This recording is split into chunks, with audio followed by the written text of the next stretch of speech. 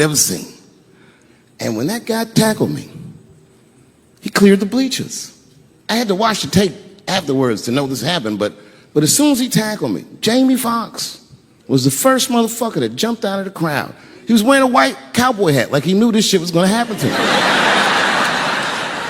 Never seen this nigga in a cowboy hat before. And Jamie started chasing that motherfucker around like any given Sunday. And that kid was fast as shit, was juking and shaking, and he broke Jamie's ankles, and he just kept running. And then Jon Stewart from The Daily Show ran from backstage and jumped at this motherfucker like Super Jew. He was like, ah! And the kid seen Jon coming, so he jumped back, and Jon went flying that way. And this kid was fast, and then he turned around. He sees the emergency exit. He starts running for the emergency exit. Just before he got to the door, motherfucking Puff Daddy from Bad Boy Records jumped in front of the door. That nigga was like,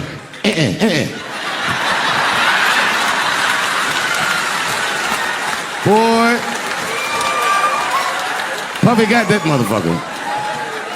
And then every celebrity just ran out, because every celebrity saw themselves in me, and they just started beating the fuck out of that kid. And I know Chris was backstage looking like, nobody helped me.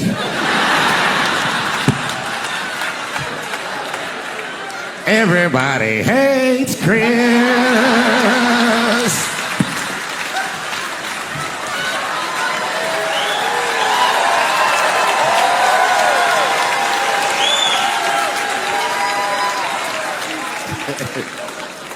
Look, it was way more intense than what you guys might have read. I don't know what you read, but the kid, while we was beating on him, reached in his waistband, pulled out a .22 caliber pistol. That shit was mayhem. Everybody started screaming, oh my God, he's got a gun, he's got a gun. And then I got scared. I was in the back, but I was scared, because I knew that everybody that was with me was armed. Yes, if they had shot and killed this kid on stage at the Hollywood Bowl, like I pay you to do, Travis,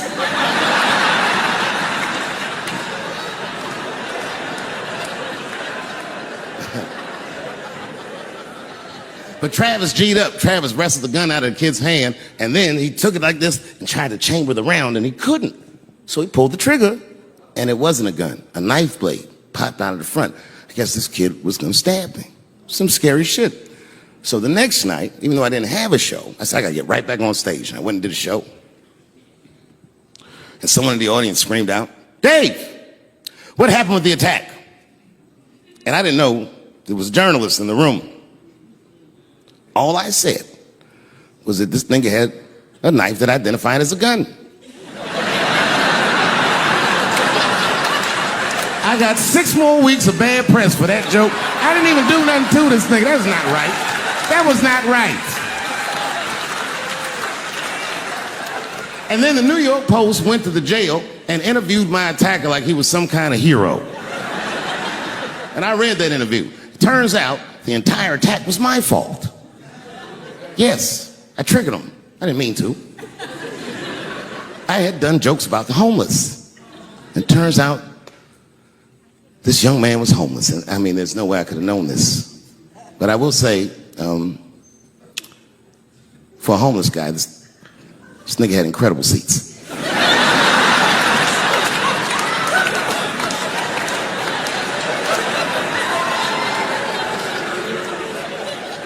Oh, and they said I triggered him because I had done LBGTQ jokes, and it turns out this fellow was a bee. That was the headline of the article. It said, Dave Chappelle's alleged attacker is bisexual. I said, alleged attacker? This motherfucker definitely attacked me. I'll show you the tape. He's allegedly bisexual. I'm gonna need to see him suck somebody's dick before I believe the rest of this article.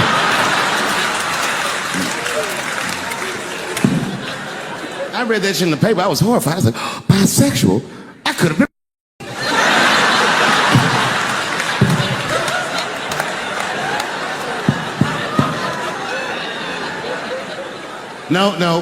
No, you know what though?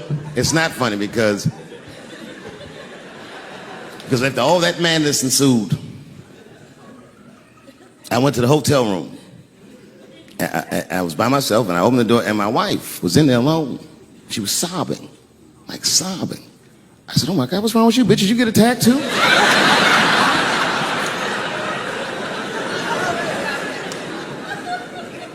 And she's crying, and she said, oh my God, David. She said, if you had died tonight, me and the kids would have nothing.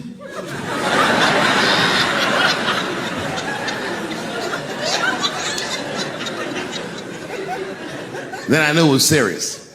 So I sat down on the bed next to her. And I reached in my pocket, I pulled some keys out that she'd never seen before. She said, oh, what are those keys? And I gently placed them in her hands. I said, sweetheart, those are the keys to my safe deposit box. God forbid anything ever happen to me. But if it does, don't even worry about it. You and the kids have everything you need in that box. I've already taken care of it. And she was looking at them keys, and I could see her mind realize what we were actually talking about. And then she just started crying harder. And to be honest with you, that made me cry a little bit too. And we hugged each other real tight.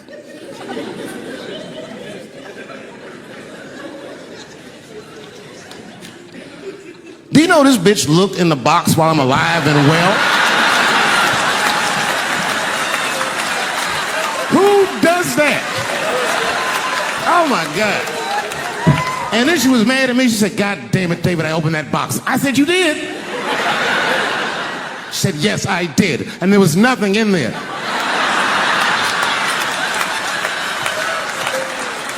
I said, nothing? Oh. She said, nothing except your stupid joke book. I said, whoosh. I said, well, sweetie, look. If you tell those jokes exactly how they're written, you and the kids should be fine. They're really good jokes.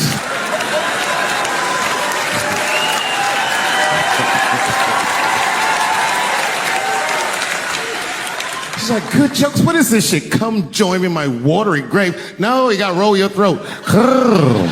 Join me in my watery grave.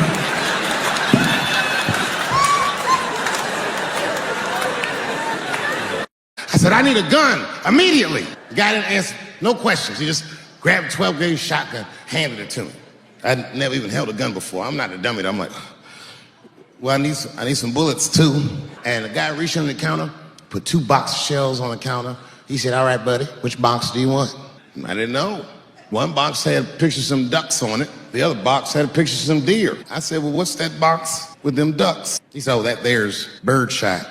And then he goes just like this, I'm not exaggerating, he goes, that won't kill a man. He said, it'll just pepper him up nicely. I said, what the fuck? Pepper? I said, well, what's that box with the deer on it? He goes, oh, that there's buckshot. That'll put a hole in the goddamn truck if you wanted to. So which box do you want? And he picked the one with the deer up and shook it. I thought he was trying to trick me. I was like, do you have a box with a picture of a white dude trespassing on it? Because it's exactly the strength I'm looking for. The fuck am I getting my kids vaccinated for an old-ass disease like measles? This is ridiculous. You might as well give them a diarrhea shot if you're so worried. Diarrhea has a bigger body count than the measles do.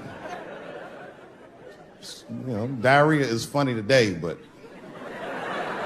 100 years ago, if your ass had diarrhea, you were a goner. There was like a 0 chance of survival.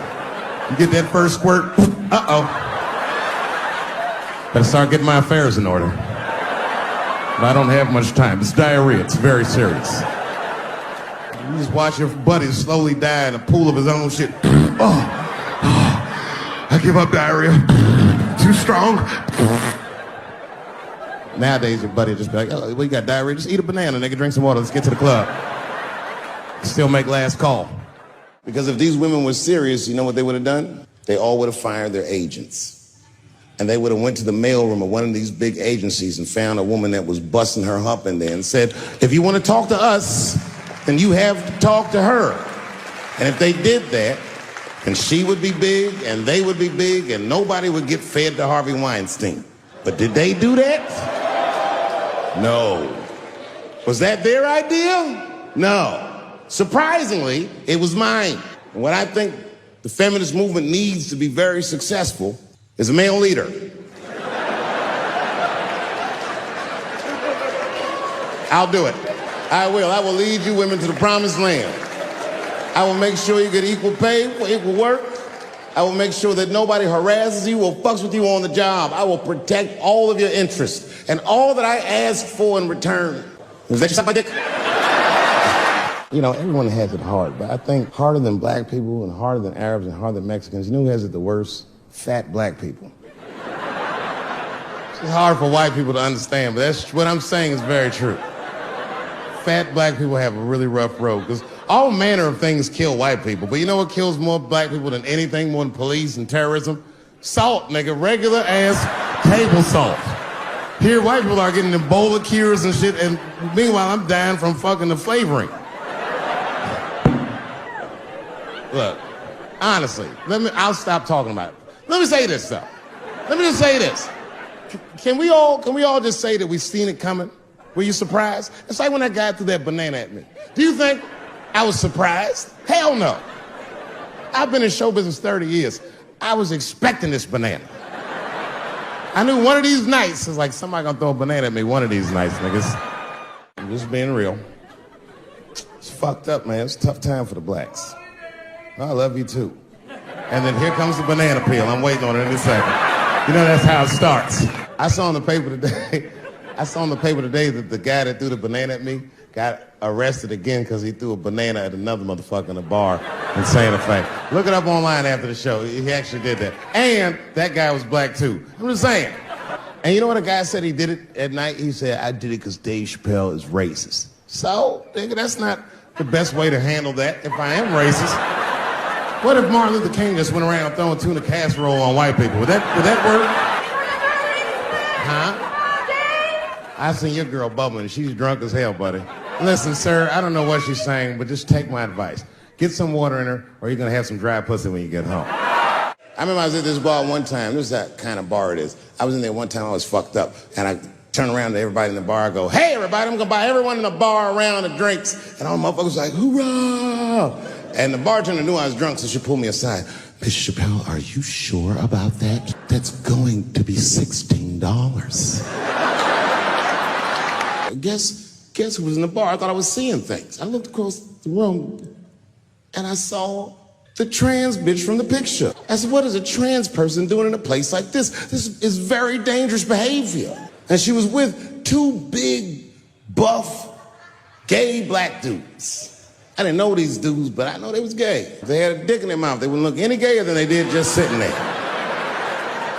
They had 1980s gay face. You know what that is? Remember in the 80s when gay people looked surprised all the time?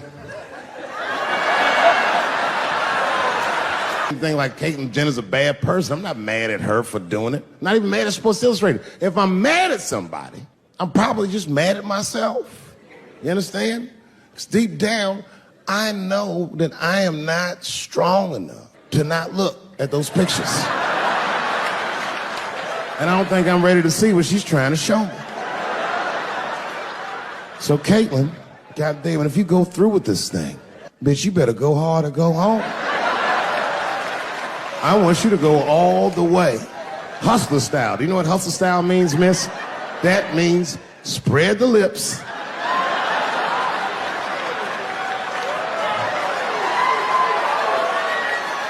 I hope she spreads her lips and there's an itty bitty dick inside. Ah!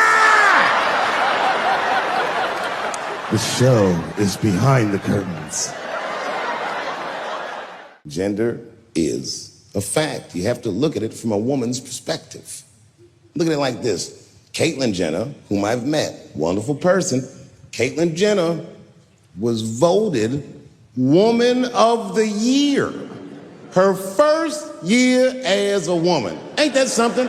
Beat every bitch in Detroit. She's better than all of you. Never even had a period. Ain't that something? Oh, I'd be mad as shit if I was a woman. I'd be mad if I was me. If I was in a BET Awards sitting there and they're like, and the winner for Nigger of the Year, Eminem, my man. You can see it. You ever have this happen? This is how confusing it is. This is the practical application of what I'm talking about. Like a guy be out, this happens to a lot of guys, you be at a club, bar, right? You're just kicking with your boys, and a girl walks by, and man, she looks good. She looks good. Not good in that classical way. I mean, you know, I'm talking good like she got half her ass hanging out her skirt. Her titties are all mashed together, popping out the top of her turtleneck and shit.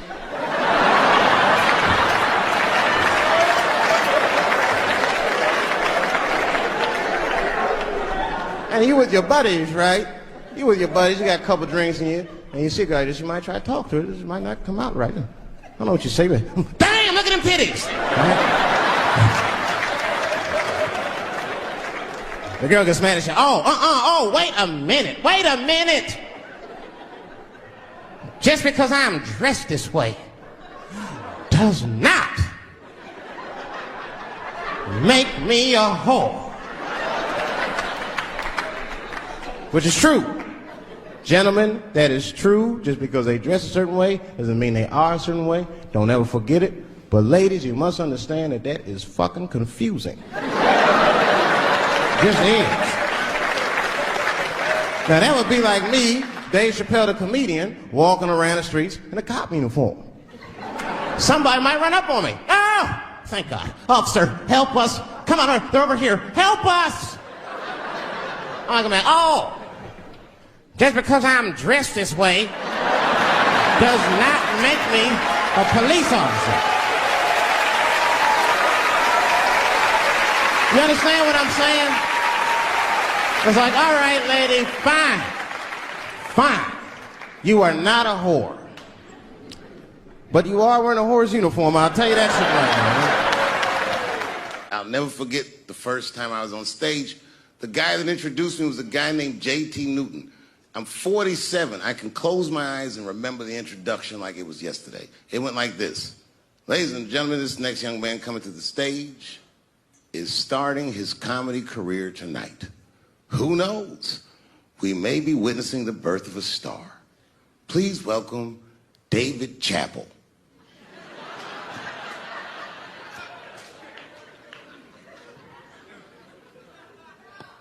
From the first time that I ever held a microphone, I was sure this was it. I knew I was home. I knew I had found my thing. And my God, man, I was a child. I got good. Matter of fact, I was good from the moment I started. And I'm not saying this to be a braggart. I'm telling you the truth. These old niggas was in awe of me. How was this little boy so poised? They used to say. I was. I mean, you know, I got better, but it started out good. About a year into it, when I was 15 years old, I had written a joke during the AIDS epidemic about having a Goodyear condom. Something, I don't even remember the joke. Something about an industrial strength condom by Goodyear. I just remember all the comedians really liked that joke. And there was an older comedian. And he came to me one night after the show, after he saw the joke, and he said, listen, I got an audition at another comedy club, and I was wondering, do you mind if I do that joke? I just want to borrow it. Now, I'm a kid. I don't know any better. I'm like, borrow it? Well, I guess, sure, if it'll help your career. I let him do the joke. And then weeks later, I was waiting to go on in a comedy club, and he went on before me, and he did the joke. And after the show, I pulled him aside and I said, hey, man, I don't mind you borrowing my jokes, but you got to give them back. He said, oh, I forgot to ask you. He goes, let me buy that joke from you for $50. And I said, man, I'd do it, but I'm just starting out. I need all the material I can get. The idea being that the more material I can accumulate, the faster I'll be able to make money for my work. I said, I can't do it. I want my joke back. I'll never forget this. Remember, I was a 15-year-old child. This guy was a grown-ass man. He stood up over me so I could see how big he was. And he said to me, really? I can just take it. And he did. I got scared because I was a child. But I never forgot that. I never forgot that. I was 15 years old. I'm 47 now. I think about this guy all the time. When I look at my own kids and I see how young and innocent they are, I can't believe someone did that to me. And I don't think about it every day because that was the worst thing that happened to me. I think about it every day because that was the first time that someone ever did that to me. But in my career, it has happened many, many times since, where someone would intimidate me or scare me and take something that I believe was mine. I'll tell you another story.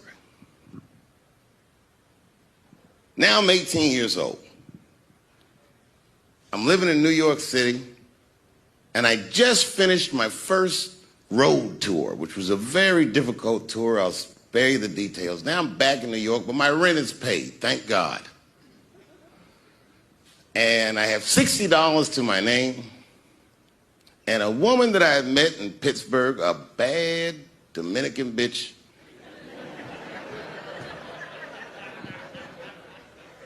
was coming to New York. She was going to spend the weekend with me. I couldn't wait for her to get there. She was coming that evening. But remember, I only had $60 for a whole weekend to entertain a bad bitch. Now I'm walking through Greenwich Village, and I see something I've never seen before. 3-card Monte. You know what that is? Yeah, the guy had the whole thing. The table was set up, and he had the 3 cards, and the crowd was hooting and hollering, and he was like, find the red card, find the red card, and people were playing. Sometimes they win, sometimes they lose, but it was really exciting, and I'm standing there watching it, and I noticed while I'm watching them play this game that the red card, the one you're trying to find, had just a little bend on the corner. And I'm watching it, and I'm like, yo, this guy doesn't seem to know that red card is bent. I'm going to beat this motherfucker. And I walked up to the table, and I said, let me play a hand. And I put my last $60 on that table, and he starts to shuffle and find the red card, find the red card. And I kept watching that bent card go around the table, make sure I kept my eyes on that bent card. And when he stopped shuffling, and he said, find the red card, I pointed to it with confidence. Here it is right here. And he flipped it over, and it was black. And he took my money. I couldn't fucking believe that. How did this nigga do that? Was that magic or sorcery? I was confused. So you know what I did? I sat there, and I watched him for a real long time play the game. And I realized that all those people who was doing all that hooting and hollering and betting, my God, they were his friends. They were in on the whole thing. I felt so wronged. I felt so stupid. And then the next sucker came up to the table and was about to put his money down. And I said, fuck that, man. Don't put your money there. All these niggas is in on it. It's a trick. And when I said that, the guy that was dealing, and this motherfucker was huge, snatched me up by my collar. Feel how strong he was when he grabbed me. I was a skinny little guy. And he was going to maul me. And the only reason he didn't, I'm sure, is because he saw the fear in my face. And that fear, he looked at me. I saw his eyes go from hard to soft. He softened. Then he looked at me like the way a father would look at a child.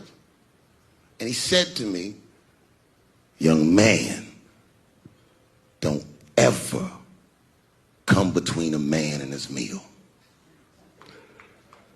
I never forgot that either. Most niggas would have to run the streets for years to learn a lesson that profound. It took me 2 seconds. Never get between somebody and their paper. Taking a man's livelihood away from him is akin to killing him. Do you know why Prince, the famous rock star that was a friend of mine, do you know why he called himself the artist when he came back? He calls himself the artist because that's what they call us in our contracts. Oh, these contracts are crazy. You should hear the terminology they say in these contracts. To use your name and likeness in perpetuity throughout the universe. Who the fuck could possibly know what that means? Nobody does. It's so complicated, in fact, that when you're a kid like me, you have to hire somebody to tell you what that means. And you sit down at a table and you do the contract game. And that's how I got with Comedy Central. I signed the contract. But I signed the contract the way that a 28-year-old expectant father that was broke signs a contract. I was desperate. I needed a way out. And it wasn't good money and it wasn't good circumstances. But what else am I going to do, I said. And all these white people sitting at that table told me, trust us, Dave, it's a good contract. And I looked around the table and they all seemed to agree it was a good contract. But what if it was like that game of three-card Monte? What if they were all friends and I didn't know it? And the bag of money was Iceberg's money in the first place. What was I talking about? What was I trying to tell you? Last week, 2 weeks ago, whenever it was, I call Lauren Michaels and I tell him, okay, I'll do it. I'll do Saturday Night Live on election night. And the day I made that phone call, the day I committed to it, it gets announced that Netflix is streaming Chappelle's show. Not just Netflix. HBO Max is streaming it too. I'll tell you another story about HBO. No, hear me out. Did you know, before Chappelle's show was at Comedy Central, I pitched that show to HBO. I told them what I wanted to do. Now, these are executives. All they have to do is say, yeah, we'll take it, or no, thank you, we won't. But they didn't say either of those things. They went too far. They said, literally, what do we need you for? That's what they told me, as they kicked me out of the office. What do we need you for? And here we are, all these years later, and they're streaming the very show that I was pitching to them. So I'm asking them, what do you need me for?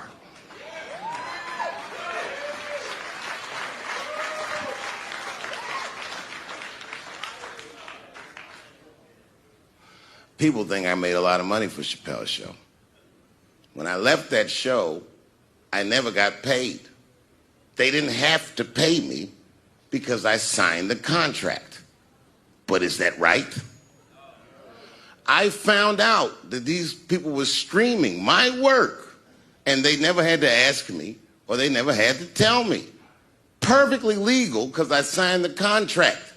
But is that right? I didn't think so either.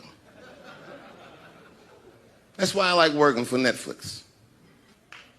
I like working for Netflix because when all those bad things happened to me, that company didn't even exist.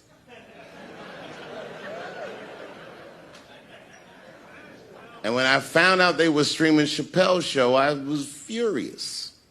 How could they not know? So you know what I did?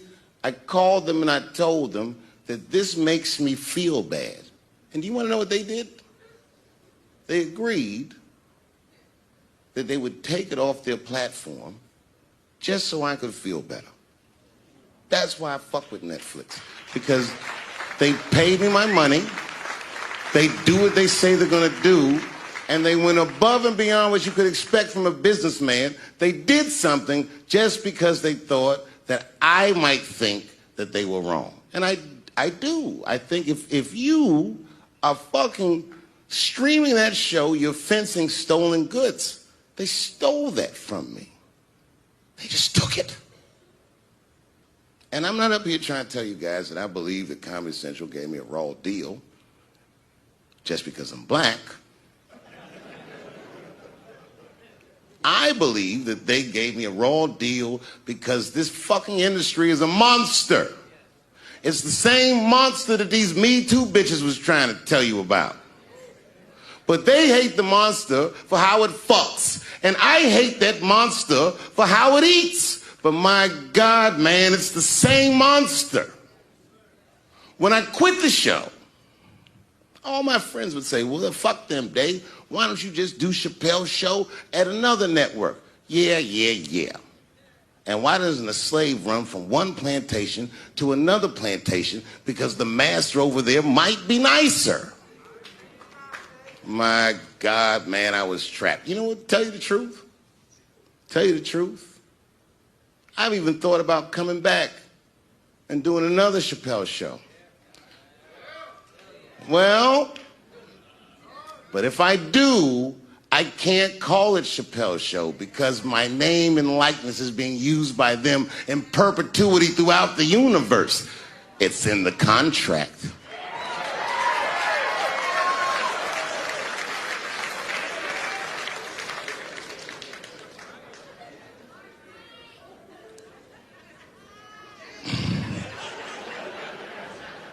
You're not supposed to do this in my business.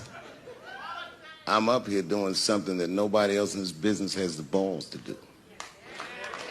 I'm telling you something that you need to know. I'm trying to explain to you what you're seeing. You don't understand what you're seeing. I am publicly flogging a network.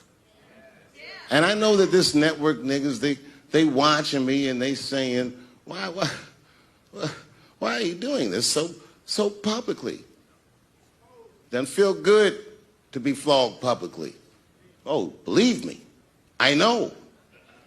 I know exactly how that feels. When I quit my show, they said I was crazy. What was crazy about it? I just didn't want to do it anymore.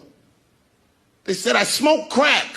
That's impossible. I was a devout Muslim. I didn't smoke or drink. But I do now, bitch, because you ruined my fucking life. Now it's their turn. This is their first nigga lesson, and I'm honored to give it to them. They're gonna pay me for this show. I called my agent. I said, is there anything I can do about this show? And he said, no. Well, fuck you too then. If you want something done right, I guess you gotta do it yourself. So I'm not going to the agents. I'm coming to my real boss. I'm coming to you. I'm begging you. If you ever liked me, if you ever think there was anything worthwhile about me, I'm begging you, please don't watch that show. I'm not asking you to boycott any network. Boycott me. Boycott Chappelle's show. Do not watch it unless they pay me.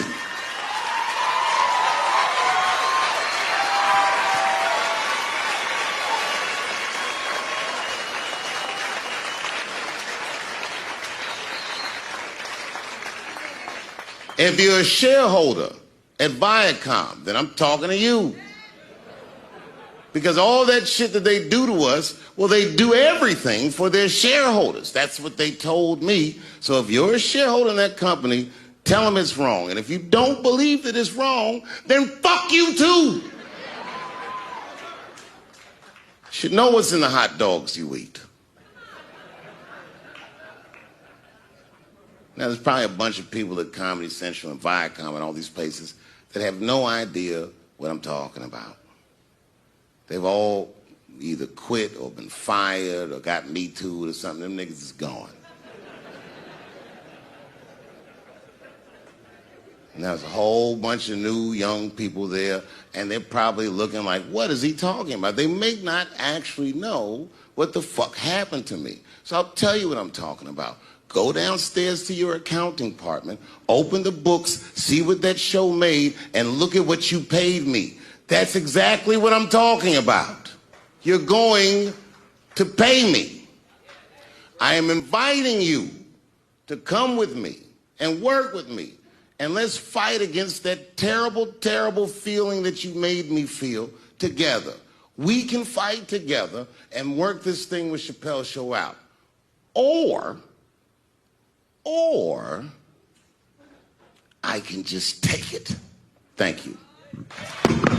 She was just like, you need to stop doing that. And then I tried to change the subject. I go, how is school going, boys? And my sons tell me, well, we didn't have school today, technically. I'm like, well, what's going on? He said, well, there was like a school shooting drill. I never heard of this. You know what this is? They have drills that they make kids do where they practice what to do if somebody comes to shoot up their school. I'd never heard that before. I was like, what the fuck? Then I had to tell my sons the truth. I didn't want to tell them this shit. Son, listen to me. Fuck that drill. If somebody comes to your school and wants to shoot it up, I'm just gonna be honest with you. You probably gonna get shot, nigga. I'm just being real. You got a famous dad. I talk a lot of shit. They gonna be gunning for you, little buddy. Just stay low and run in a zigzag pattern and don't try to save anybody, son. Do you understand me?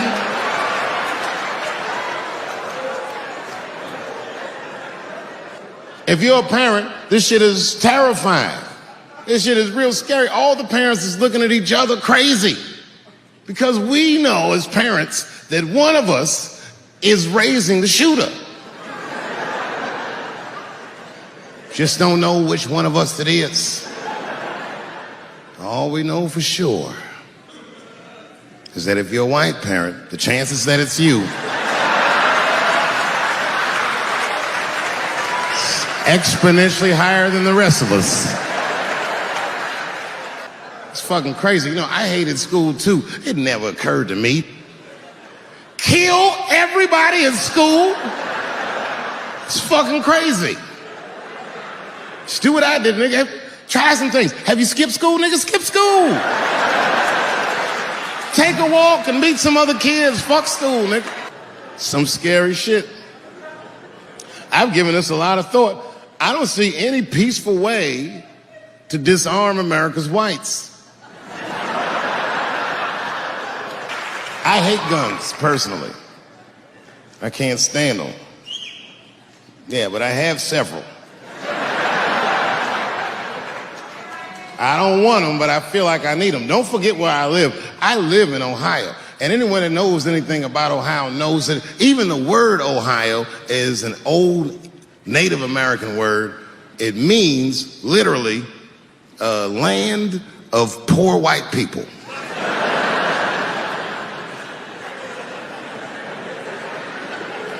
And I don't know what's going on down here, but in my experience, poor white people love, and I mean they fucking love, heroin.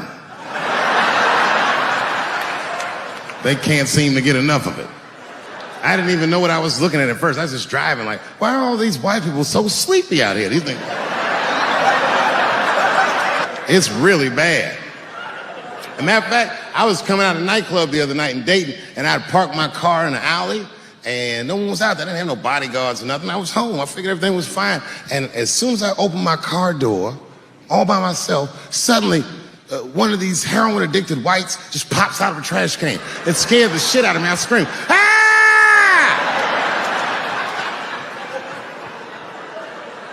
And then I realized it was a woman. She was fucked up. She's like, hey man, relax, okay?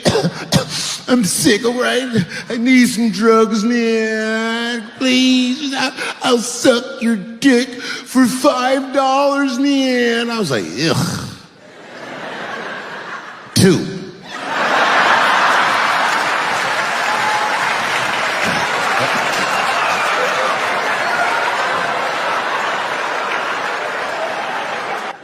Obviously, I'm joking. This opioid crisis is a crisis. I see it every day. It's as bad as they say. It's ruining lives. It's destroying families. Sadly, you know what reminds me of us? These white folks look exactly like us during the crack epidemic. You know, it's really crazy to see. And all this shit they talk about on the news about how divided the nation is, I don't believe it. I feel like nowadays we're getting a real good look at each other. It's wild because I even have insight into how the white community must have felt watching the black community go through the scourge of crack. Because I don't care either. Hang in there, whites. Just say no. What's so hard about that?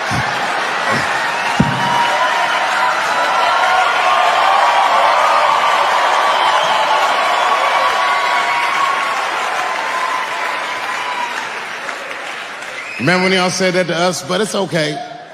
There's no grudges. Now you finally got it right. Once it started happening to your kids, you realize it's a health crisis. These people are sick. They are not criminals. They are sick.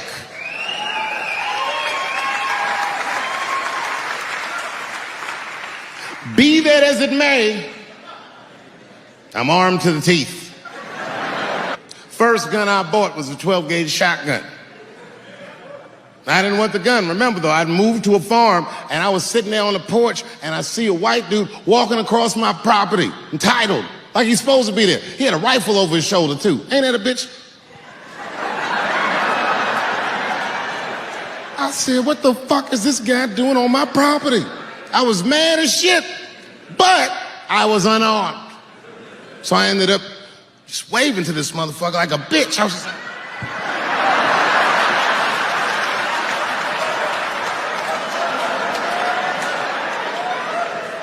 And as soon as he got far enough away, I ran to my car and sped to Kmart. This is in a rural white area. And remember, I was nervous because the guy was on my property. I'm black and I was sweaty. You know what I mean? And I ran to the gun counter, black and sweaty, sweating and black. And I looked up at the nigga, I was like, I look like a slave or something. I said, I need a gun immediately, like that. Just like that. The guy didn't answer, no questions. He just grabbed a 12-gauge shotgun, handed it to me.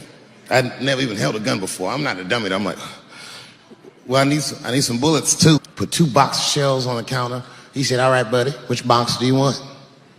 And I didn't know. One box had pictures of some...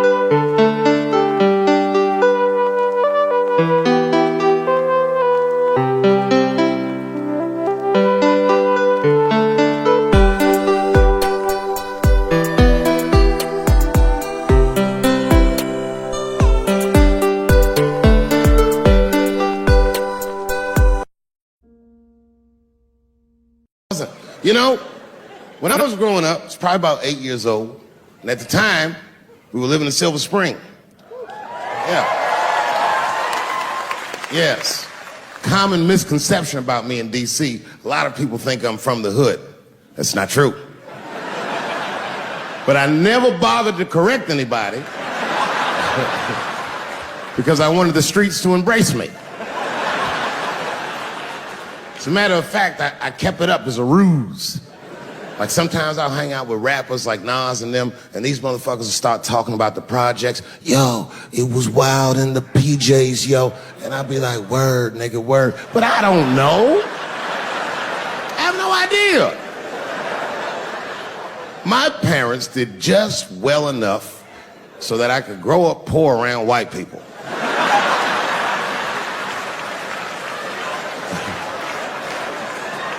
And to be honest, when Nas and them talk about the projects, nigga, I used to get jealous because it sounded fun.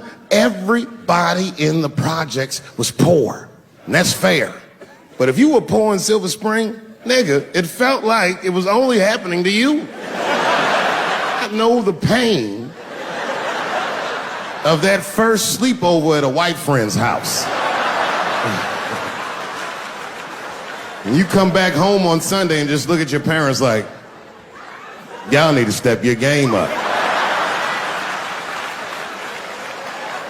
Everything in Timmy's house works. Remember the first time you saw that? In a cold winter, and you'd be at a white friend's house and see the motherfuckers in their living room without their coats on?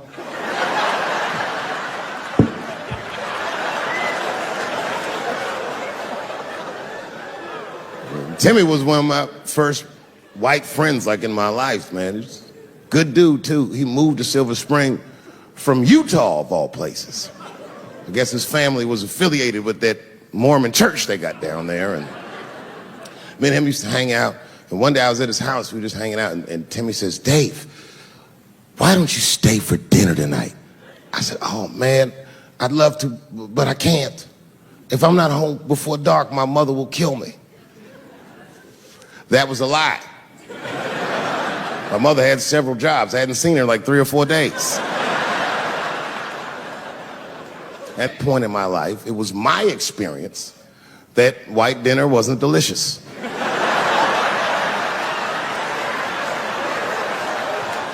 I'd rather go home and fry some bologna or some shit like that.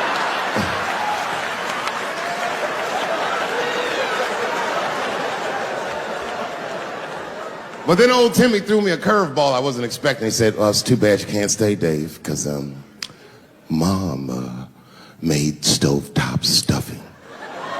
I said, what the fuck, stovetop?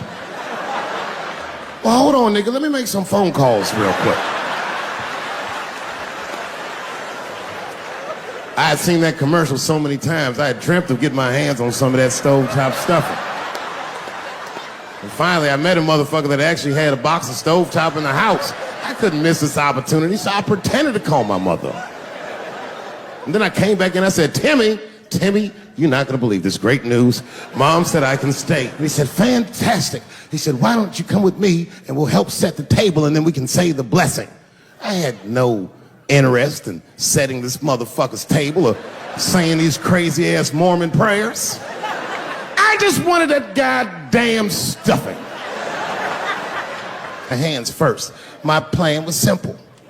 Wash my hands slowly, and by the time I'm done, the table will be set, the blessing will be said, and all that there will be left to do is eat. Went to the bathroom.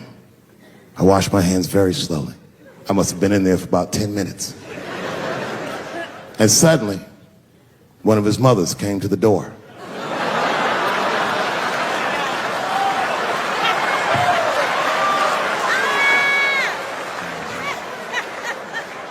She was like, hi, David, right?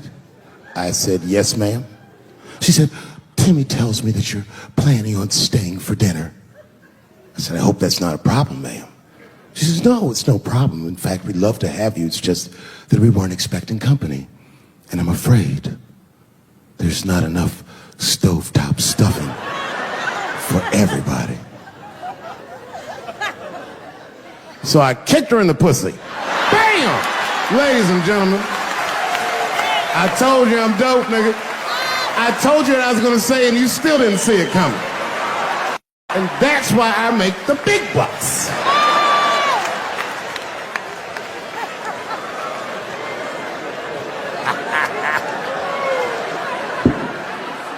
Oh my God. But there's a more important reason that I would stop doing comedy right now. And this reason is the real reason that's been percolating, and it really is the crowd, not you. I'm talking about the crowd on the big stage. It's too hard to entertain a country whose ears are so brittle. Motherfuckers are so sensitive, the whole country is turned into bitch-ass niggas.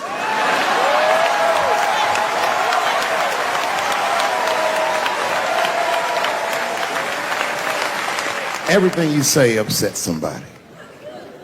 You know, I can remember when it all started. It was when I was doing Chappelle's show. When I was doing Chappelle's show, I used to do the show, and then on the weekends I do like concerts and shit like that. So I'm doing a concert, and there was a couple in the front row, beautiful couple. The wife was obviously Asian. You could see it in her face.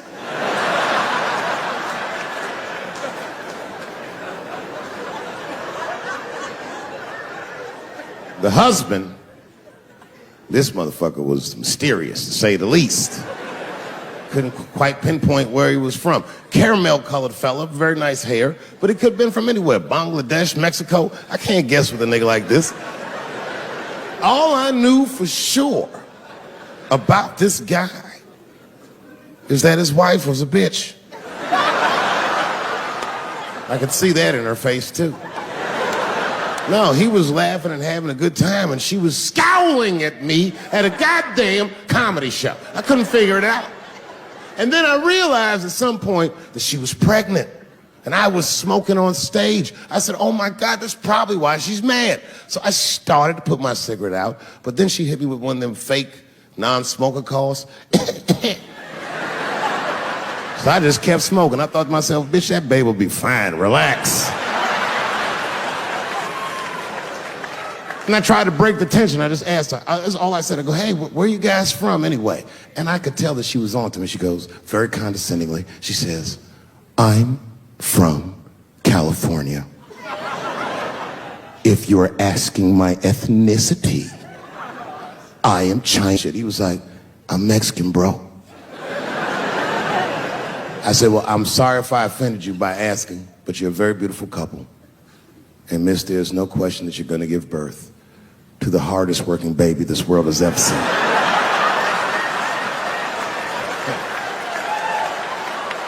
That's not a bad joke. She got very upset. She got up to leave immediately, but she didn't just leave. She had to take one last dig at me on the way out. I will never buy one of your fucking DVDs again, Dave Chappelle. I said, ma'am, with all due respect, Chinese people don't buy DVDs.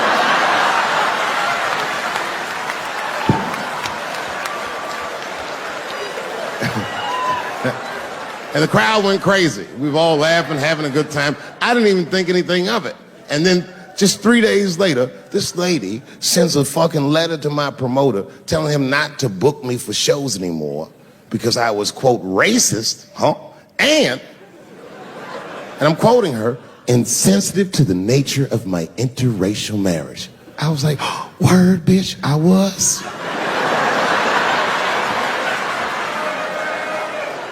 If she would know that I myself am in an interracial marriage. That's right. In fact, my wife is Asian too. Surprise, bitch, I'll see you on Thanksgiving.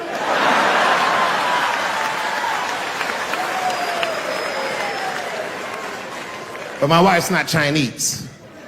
She's Filipino. That's right. And our kids are Puerto Rican somehow, so there you go. But I don't give a fuck about interracial marriage. In fact, you know what? My mother is half white. A lot of people don't know that. Well, all right, you were a little too excited, but okay. A lot of people don't believe me when I say that, but it's true. You can't tell looking at me. But if I grew my hair out,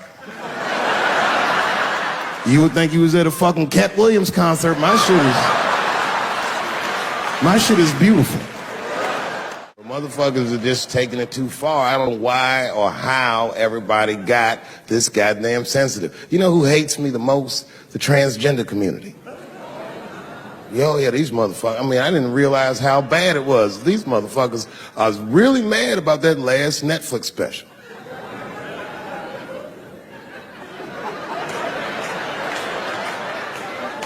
It's tough, man. I don't know what to do about it because I like them. I always have. Never had a problem with them. You know, just fucking around. As a matter of fact, I think I make fun of everybody. And, I mean, as a group of people, they have to admit, it's kind of fucking hilarious, man. I'm sorry, bro. It's like, I've never seen somebody in such a hilarious predicament not have a sense of humor about it. They're born feeling like there's something other than they're born as, and that's kind of funny, you know? I mean, it's funny if it's not happening to you. It's like that white black bitch that's in the news all the time. Rachel Dolezal. She's a white woman, but then she dressed up like a nigga and shot her way up to the very top of blackness. And I always wanted to meet her just so I could understand.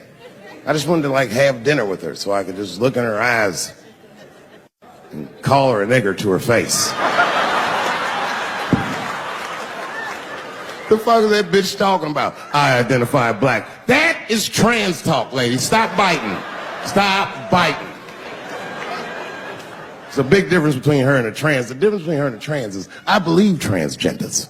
I don't understand them either, but I know they mean what they say. Them niggas cut their dicks off. That's all the proof I need. I've never seen somebody just throw their dick away. Don't need it.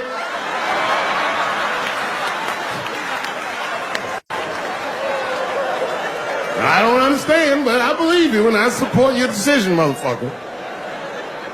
But how far is Rachel willing to go? What is Rachel willing to do so that we blacks can believe that she believes she's actually one of us? Bitch, are you willing to put a lien on your house? Invest in a mixtape that probably won't work out?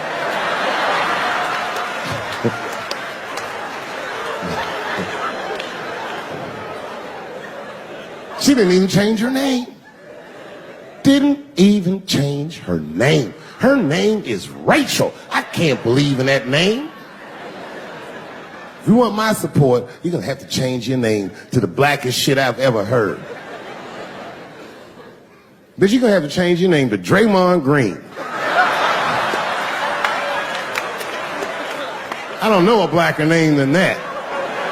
That shit is black on paper. If you type Draymond Green into Airbnb, that shit will log off automatically.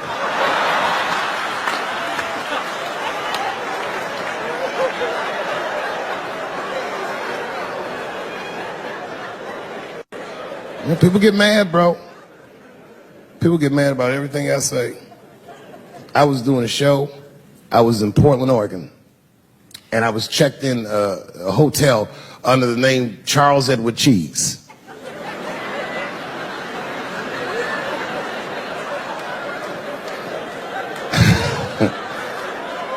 I came back and there was a note. It was like a letter on my desk. It was addressed to Mr. Cheese. So obviously I'm going to assume that whoever wrote this letter must be an intimate friend of mine. This is not some kind of name that a person would just guess. But then I opened the letter and it turns out I don't know this person at all. It's a fan letter. You know, I'm not even used to the idea that I have fans, but I'm grateful for it. And even though I'm grateful for fans, I don't read those letters. Be nice if I did, but realistically, it's like, what am I, Santa Claus, nigga? I don't have time for this. Like, got shit I want to do. I'm trying to chill. Read all these dreams and wishes from strangers. But I read it. I'd already opened it. So I just read the whole letter. And you know what, man? Whoever wrote this letter truly loves me. I mean, they were really fucking nice in the letter. And then they described to me what it was like to come to the show, how excited they were, how much fun they were having. And then they said that when I got to my jokes about transgenders, that they were, quote, devastated. Because it turns out that whoever wrote the letter was transgender. Now, I'm going to be real for a second. You got to understand, I never feel bad about anything I say up here.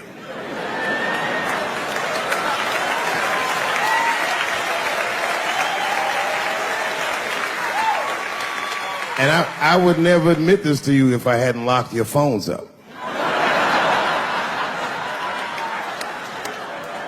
But it was the weirdest thing. Like, when I read this letter, the shit made me feel bad. I didn't feel bad about what I said, you understand? I felt bad that I made somebody else feel bad.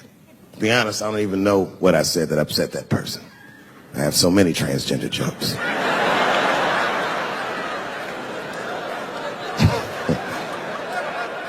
But I feel like it was probably this joke I'm about to tell you right now. And it's not even that bad of a joke. It's a true joke. I mean, it's not true, but I had read in the paper that Caitlyn Jenner was contemplating posing nude in an upcoming issue of Sports Illustrated. And I know it's not politically correct to say these things, so I just figured, fuck it, I'll say it for everybody else. Yuck. Oh, sometimes I just want to read some stats. I don't know why you're gonna cram some man pussy in the middle of the sports page like this. I just didn't think that was the place for it. But I wasn't saying anything like Caitlyn Jenner's a bad person. I'm not mad at her for doing it. I'm not even mad at Sports Illustrated. If I'm mad at somebody, I'm probably just mad at myself. You understand? 'Cause deep down, I know that I am not strong enough to not look at those pictures.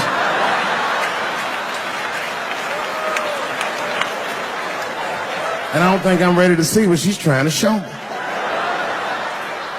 So Caitlyn, goddamn, if you go through with this thing, bitch, you better go hard or go home. I want you to go all the way. Hustler style. Do you know what hustler style means, miss? That means spread the lips.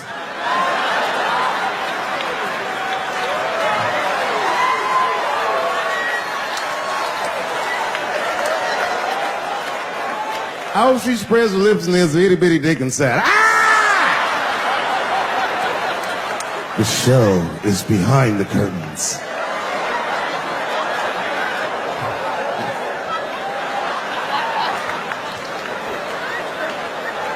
I don't know what I said that upset that person.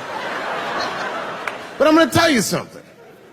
When I read that letter, and the moments after I read it, I did something that many black men in America do not have the time or the money to do. I thought about how I felt.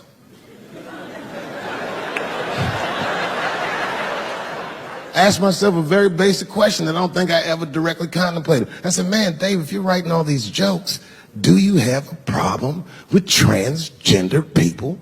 And the answer is absolutely not.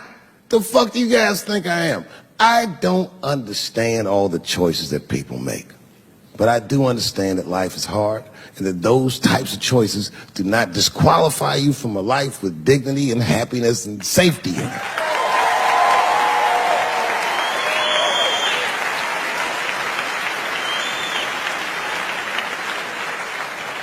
But if I'm honest,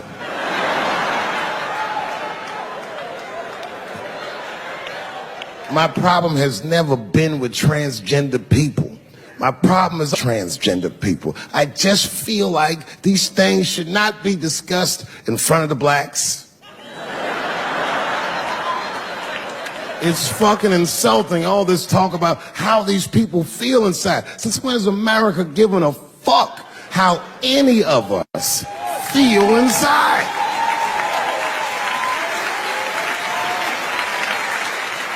And I cannot shake this awful suspicion that the only reason everybody is talking about transgenders is because white men want to do it. That's right. I just said that. If it was just women that felt that way, or black dudes and Mexican dudes being like, hey, y'all, we feel like girls inside, they'd be like, shut up, nigger. No one asked you how you felt. Come on, everybody. We have strawberries to pick. It reeks of white privilege. You never asked yourself why it was easier for Bruce Jenner to change his gender than it was for Cassius Clay to change his fucking name?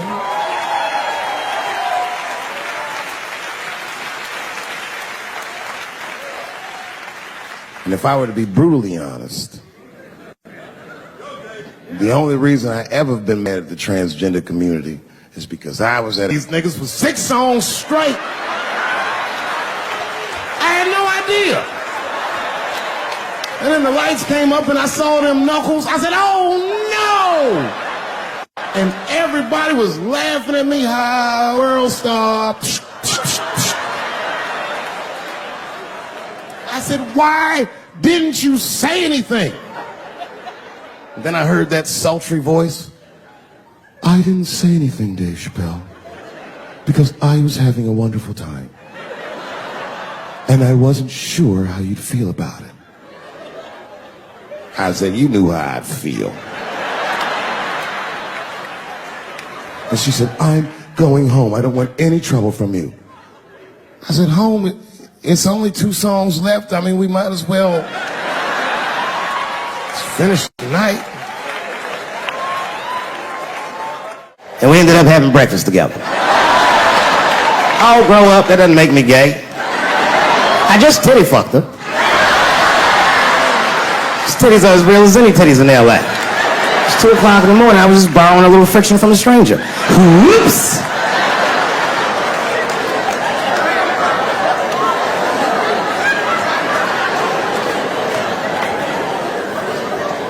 It's the madness of youth.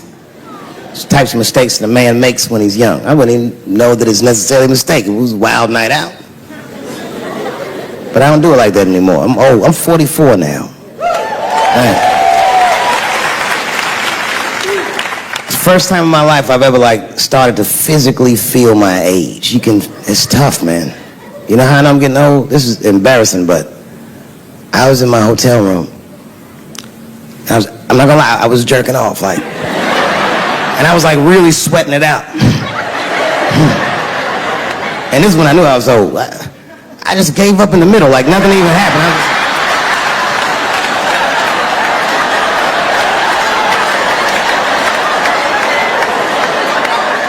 I don't like looking at my dick anymore. My dick looks distinguished. It's old, an old looking dick. It's got salt and pepper hair all around it. My dick looks like Morgan Freeman in the 90s.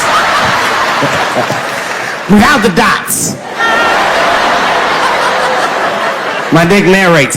Dave pulled me out and started jerking me around and jerking me around. But not with the same vigor as when he was young. He and I both knew nothing was coming out.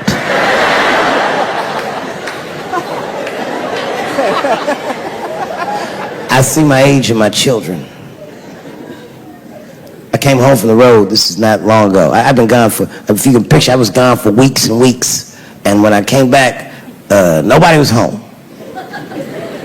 Now, one person in my family thought that maybe I'd like to see them when I got back. They knew when I was coming back, but they just weren't home. And that shit was a wake-up call. You know, when my kids were little, and the tour bus would pull up to the house, these motherfuckers would spill out. Dad is home, hooray! And they'd hug me and kiss me, and then as the years went on, they'd get less interested. Hey everybody, look, it's Mr. Promises back from the road.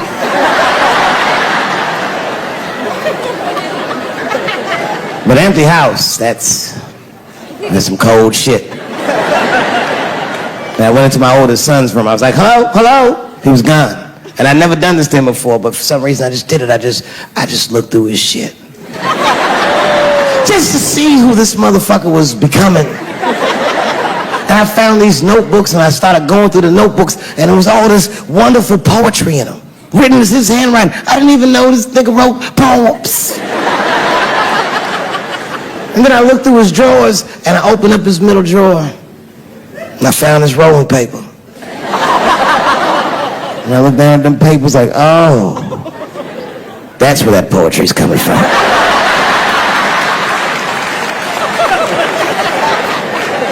And that shit broke my heart. I mean, I smoked weed, but I mourned my son's innocence. And I cried a little bit. And I took his papers upstairs to my room. Rolled some weed that I'd hid from the family. And I got really high. And then I got paranoid. So I put his papers back how I found them. So he wouldn't know what I was up to. This nigga won't even know that happened until he sees his special. Yeah, nigga, I found your papers.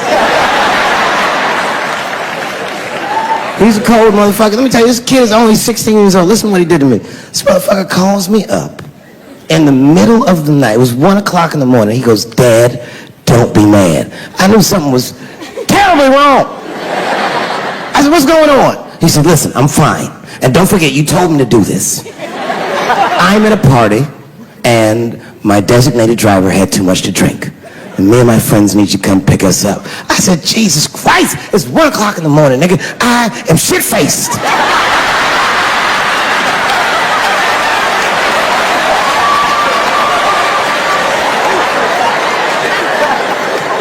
But I figured, fuck it, it's better me than some kid. I might as well roll the dice and go pick my nigga up. I said, all right, I'm coming to get you. Just give me the address and I'll be right there. And then he gave me the address and I was shocked. I said, son, you are not going to believe this, but I'm at the same party, nigga.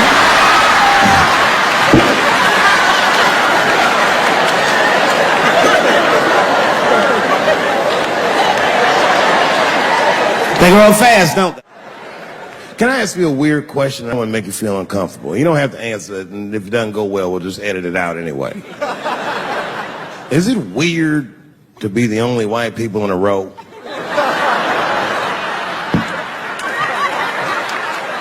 Is it weird? I mean, you can be honest. Does it feel strange? Are you worried at all?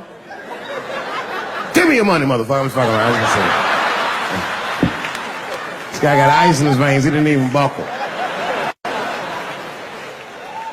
You know, like many black men my age, the first time I voted was 8 years ago.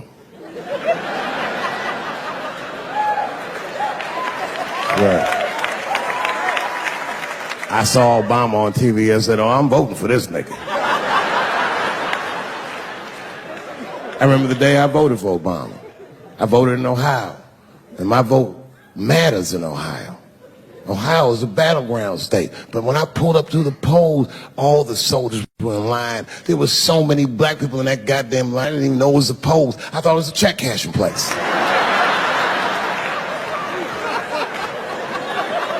We were hugging each other, and old people were singing hymns and spirituals. Say verdict times 10 or some shit. I've never seen black people that happy.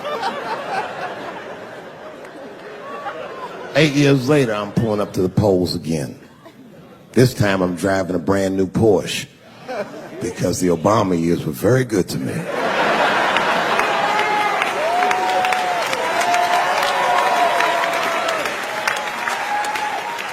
I was early voting, and when I parked my car, I figured out something that it would take the rest of the country another week to figure out. I understood that Donald Trump was going to be our next president because in Ohio, unlike D.C., you could see the results in the parking lot. Saw these goddamn pickup trucks and tractors and shit.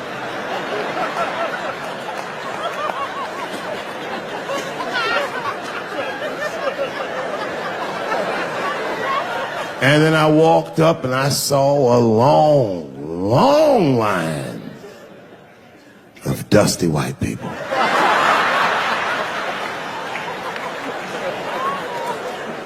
Yes, ladies and gentlemen, these were the poor whites. And I must tell you, I've never had a problem with white people ever in my life. But full disclosure, we've gotten a lot of trouble out of them. And I've never seen so many of them up close. I looked them right in their coal-smeared faces. And to my surprise, you know what I didn't see? I didn't see one deplorable face in that group. I saw some angry faces and some determined faces, but they felt like decent folk. No, they did. In fact, I'm not even lying, and I didn't sound fucked up, but I felt sorry for them. I know the game now. I know that rich white people call poor white people trash. And the only reason I know that is because I made so much money last year, the rich whites told me they say it at a cocktail party.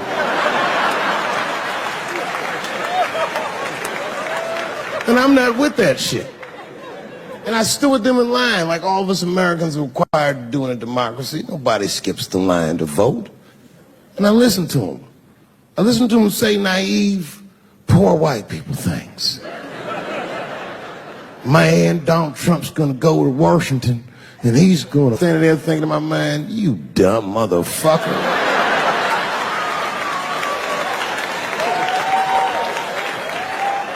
You are poor.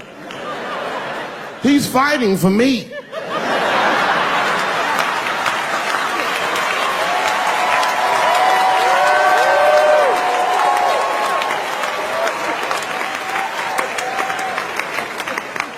And they all looked at me. They could tell who I was voting for just as easily as I could tell who they were voting for.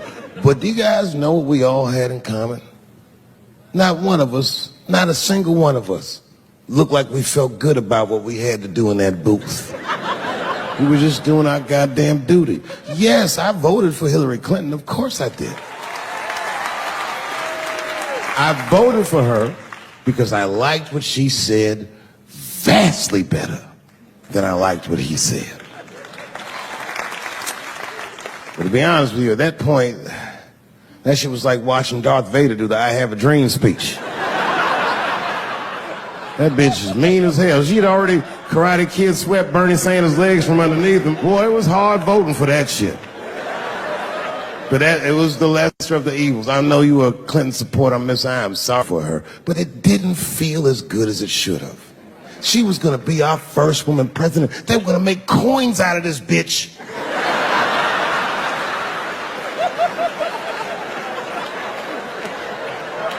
And somehow she just missed the dunk. Of course she should have beat him. Of course she should have beat him. You know what voting for her felt like? It was bittersweet. It felt like I was lucky enough to eat Halle Berry's pussy. And whilst I was doing so, she fucking farted in my face, man.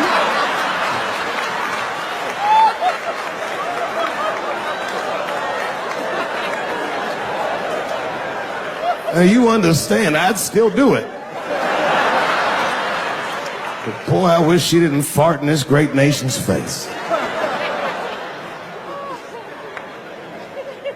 I voted that day, and then that same day I flew to New York City. I had work. That night I was in a comedy club in New York, and I said to an audience almost exactly what I just said to you. And I didn't know that there was a journalist in the room.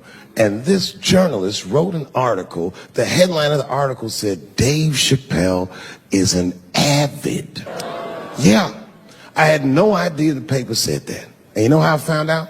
My wife called me from Ohio the next morning in a goddamn panic. David, what the fuck is going on in New York? I said, I'm being good, but what have you heard?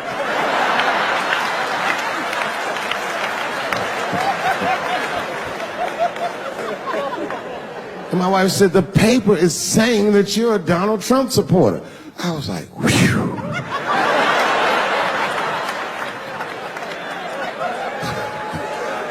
I said, don't worry about that shit, baby.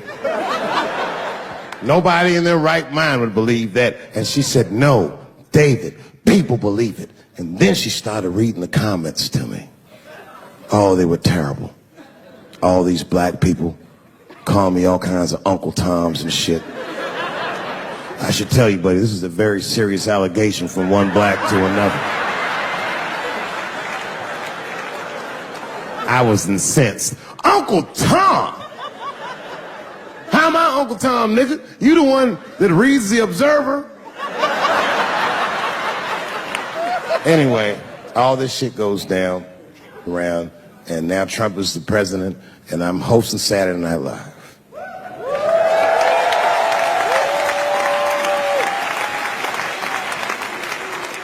And I didn't really prepare my monologue. I just kind of winged it. And at the end of the monologue, I don't even remember what I said. I said something like, fuck it, we're historically disenfranchised, and we're gonna give him something about we're gonna give him a chance if he gives us a chance. I don't know what I said, but whatever I said, I really wish I didn't say that shit. It was not worth the trouble. Now I walk into the barber shop and all them black people just be looking at me like, yo, Dave, what's up with your boy? Yo, nigga, yo! Not my boy. Because I don't care if you're a Republican or Democrat, if you support him or not, any objective person is going to have to admit that this motherfucker is having a terrible go of it. It really is. We've had presidents before that have done bad jobs, but this shit is worse than a bad job. It's scary to watch. Holy shit, it's like seeing a crack pipe in your Uber driver's passengers. The fuck is wrong with this guy? Yo, he is lunching, nigga. I watched Donald Trump in a press conference, and this motherfucker had all the media gathered, and this nigga literally asked the media to their face to stop finding shit out. I was like, yo, this motherfucker is bugging. And then, I'm not even making this up, his lips started sweating. His lips. Have you ever seen a motherfucker's lip sweat? What the fuck is wrong with this nigga's lips? It's like if you're on a plane, right? You ever been on a plane? I get scared to fly. I do it all the time. I be scared on there. And sometimes the plane will hit turbulence. And then I get nervous. But I always look at the flight attendant, and she looks calm, and it makes me feel calm. But if that bitch's lips were sweating, it's terrifying. Like, yo, nigga, why are your lips sweating? What do you know? And then, I'm not even making this shit up. This motherfucker grabbed the podium, he goes, you don't know how scary the things I read in my briefings are. What's that, bro? That's bad leadership.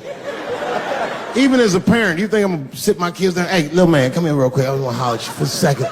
Yo,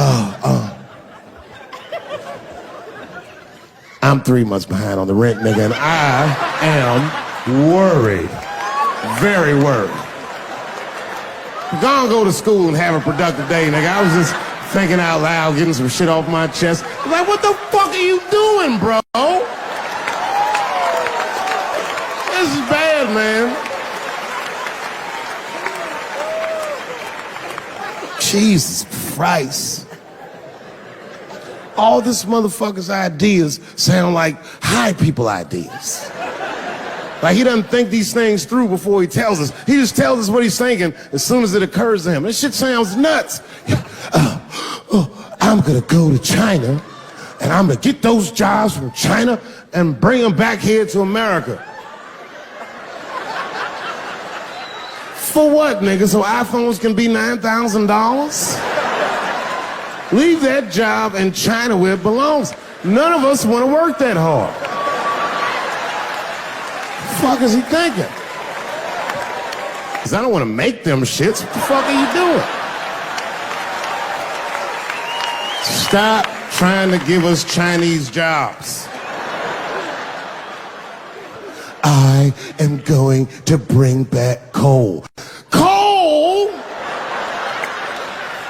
I'm not even exaggerating.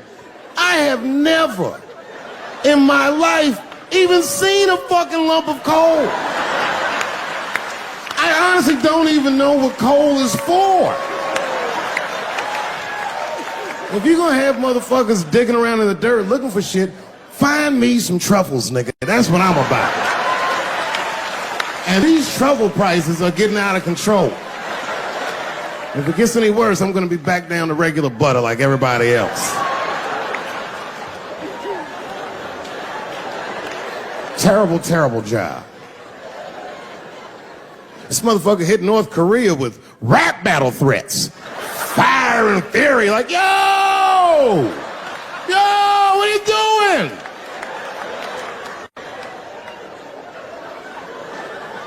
It's fucking Korea, man. Kim Jong-un is a scary motherfucker. He might be as crazy as Trump. Some scary shit. And if you one of them naive motherfuckers that thinks that a war with Korea is going to be easy, then you don't play Call of Duty at 3 a.m. like I do. Because that's when the Koreans play.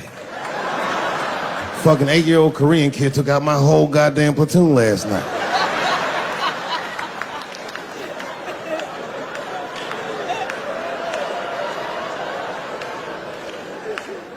I've never seen somebody in the office so high with the most just basic fucking solutions. Like, you know, we should not let any more Muslims in the country till we can figure out what's going on. Did he just say, figure out what's going on? Who doesn't know how to do basic math? Let's count it out, okay? There's been 17 mass shootings in the United States. 4 of them were done by Muslims. None of those 4 Muslims were from any of the 7 countries in your stupid ass original band.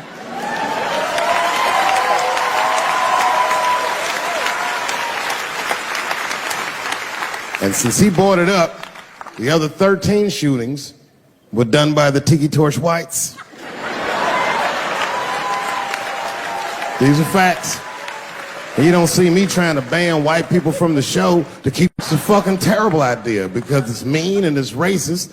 And most importantly, it would be catastrophic to my bottom line. If there were no white people here tonight, I might leave this bitch with $1,800. This man needs to realize that we all need each other. And that's why we will never, ever be able to beat China. Because everybody in America is racist, and everybody in China is Chinese. This motherfucker called it all wrong. And don't believe the media either, because as all this shit is happening, the media is trying to make us believe that the extremities amongst us are the norms. We can disagree, that's fine. And most of us are keeping a cool head about this shit. You know what I mean? Americans generally respect one another's beliefs, even if they don't share those beliefs. I know I do. I respect everybody's beliefs except Amish people. Because they are the only ones that I can say clearly their God is wrong. The speed limit is 75 miles an hour in Ohio, and 1 lane of traffic is buggy. Nigga, your God is ridiculous. All the Amish people around my way know me too. Not from television, obviously. They know me from the streets. Because when I see them horse and buggies, I'll pull the Porsche over and talk to them.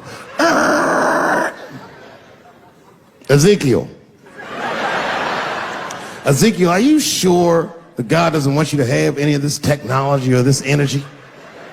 Huh? Huh? I can't hear you, nigga. Let me turn this air conditioner off.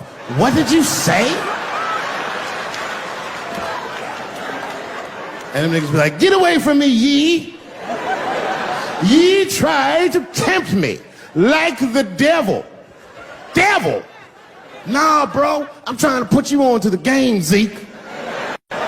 It's a big world out here, nigga. I just went 25 miles in 30 minutes. That's a day's journey for you. You don't even know what the weather's gonna be tomorrow, do you? I do. You don't even know that there's a valuable Pokemon right on you. I drive away. Huh? Oh, my vape pen? You want to hit my vape pen? Oh, sorry, nigga. I'm trying not to get herpes. My bad.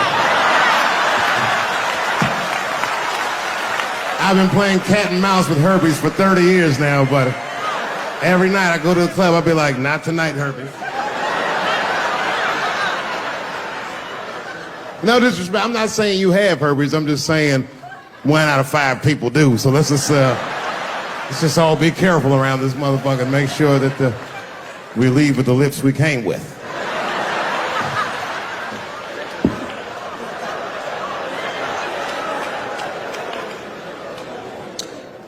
Sometimes I think that the media is hard on Trump. Because I'll see shit that they get on him about that doesn't seem bad to me. A nigga got on Trump about not staying in the White House enough. Who gives a fuck? This motherfucker was rich. Used to shit in a gold toilet. It's true. I don't know if you've ever been to the White House. It looks like a very nice place to work, but I wouldn't want to live in that Scooby-Doo ass house either. That shit's terrifying looking. Imagine you trying to jerk off.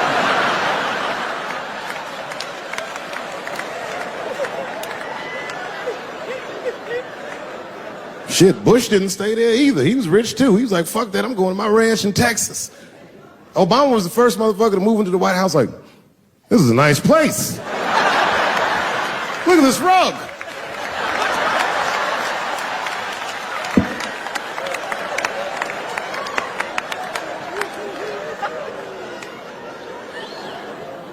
The media got on him about putting Jared Kushner in his cabinet, and I didn't think that that was the worst thing he'd done. I mean, it was still early, and I mean, it's not unprecedented. Kennedy had his brother as the attorney general, right? And this motherfucker's a Washington outsider. To be honest with you, I'd probably do the same thing. As a matter of fact, I do. You think I go to a Hollywood meeting with all them white folks by myself? I bring my nigga Mac Mittens from the streets. I don't even know his real name. Everybody just calls him Mac Mittens.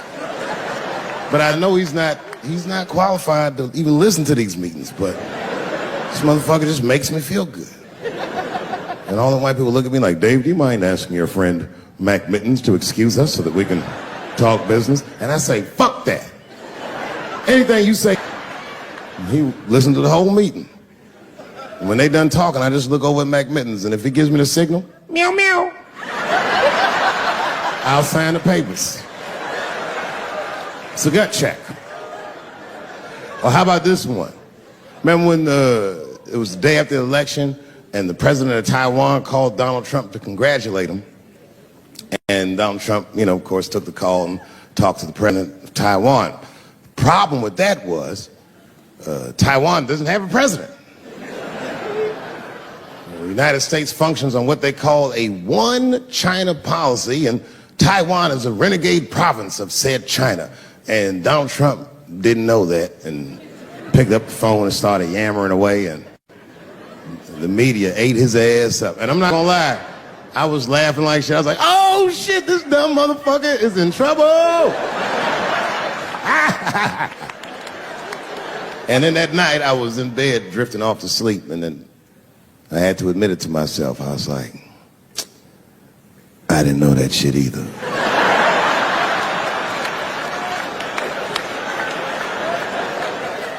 And then I realized the media got the story wrong. The story wasn't that Donald Trump took the call. Nobody told Donald Trump not to take the call. That's terrifying. God damn, nigga, you don't have a Mac Mittens on your team? It wasn't like they were calling the White House. They were calling the switchboard at Trump Towers, and they were getting through. Anybody. Mr. President, there's a Ricky Ticky Tabby on the phone for you? Yes, put him through. Hello, Ricky Ticky. Good to talk to you. Mr. President, there's a John Jacob Jingleheimer Smith on the phone. Oh, his name is my name, too. Put him through. Hello, John Jacob. Let's talk business. How many people in this room are not originally from the United States? My round of applause. Where are you from, bro? You right there. Iraq. You're from Iraq? Ew. I was fucking around. How long have you been here in the country? 23 years. 23 years? Are you a citizen yet? You are? Congratulations, nigga. Congratulations. Well, welcome to this great land. You know, I'm going to give you a history lesson because I'm sure this wasn't on your entry exam. But every naturalized American has heard something about what I'm about to tell you. The picture is the early 50s in the United States. This 14-year-old boy goes down from Chicago to Mississippi to meet his extended family for the first time. He'd never been to Mississippi. And before he went, his mother said to him, very pointedly, she said, if a white man looks you in your eyes in Mississippi, look away. And I don't know what you know about black people from Chicago, but they're not a scared people. Legend has it, He was in front of a convenience store hanging out. A white woman walked out of the store, and he thought she was pretty, and he said, "Bye, baby," not realizing that he had just made a fatal mistake. 4 days later, a group of adult white men burst into this family's home and snatched a 14-year-old boy out of bed in front of his family that was powerless to stop them, and he was never seen alive again. His name was Emmett Till. They found his body maybe a few days later. It was in a creek, tied to a wheel so it would sink, horribly beaten and bloated. Hideous. And lucky for everybody in America, his mother was a fucking gangster. She was.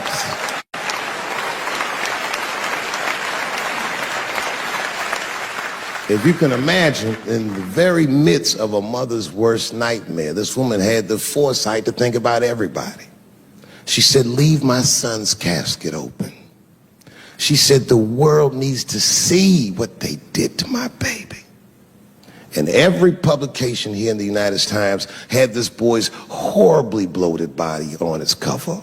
And if our civil rights movement was a car, this boy's dead body was premium gas. This was a very definitive moment in American history where every thinking and feeling person was like, ugh, we got to do better than this. And they fought beautifully, and here we all are.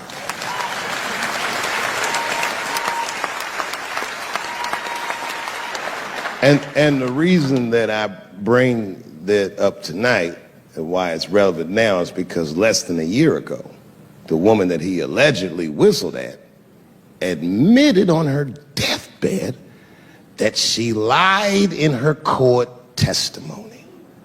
And you can imagine when we read that shit, we was like, ooh, you lying ass bitch.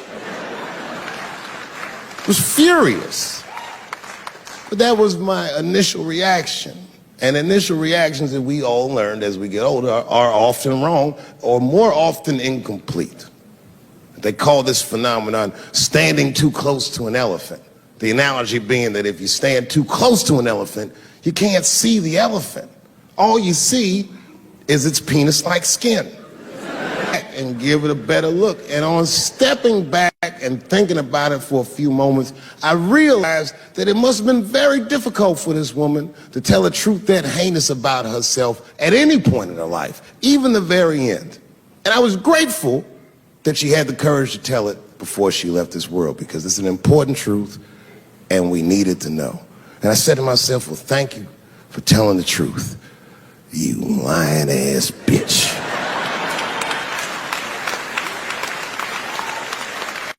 And then time goes on, and then after time, you can kind of see the whole elephant. And it's humbling, because you realize that this woman lied, and that lie caused the murder. But that murder set in motion a sequence of events that made my wonderful life possible, that made this very night possible. How could this be that this lie could make the world a better place? It's maddening. And that's how I feel about this president. I feel like this motherfucker might be the lie that saves us all. Because I have never felt more American than when, Jesus Christ, it's good. And when it happens, I can see everybody that's struggling. So if I'm on stage and I tell a joke that makes you want to beat up a transgender, then you're probably a piece of shit and don't come see me anymore. Or if you don't understand that when a football player takes a knee during the national anthem, he's actually standing up for me, then you might not want to fuck with me anymore. But I swear, no matter how bad it gets, you're my countrymen. And I know for a fact that I'm determined to work shit out with y'all. And if that woman that said that heinous lie was alive today, I would thank her for lying. And then I would kick her in the pussy.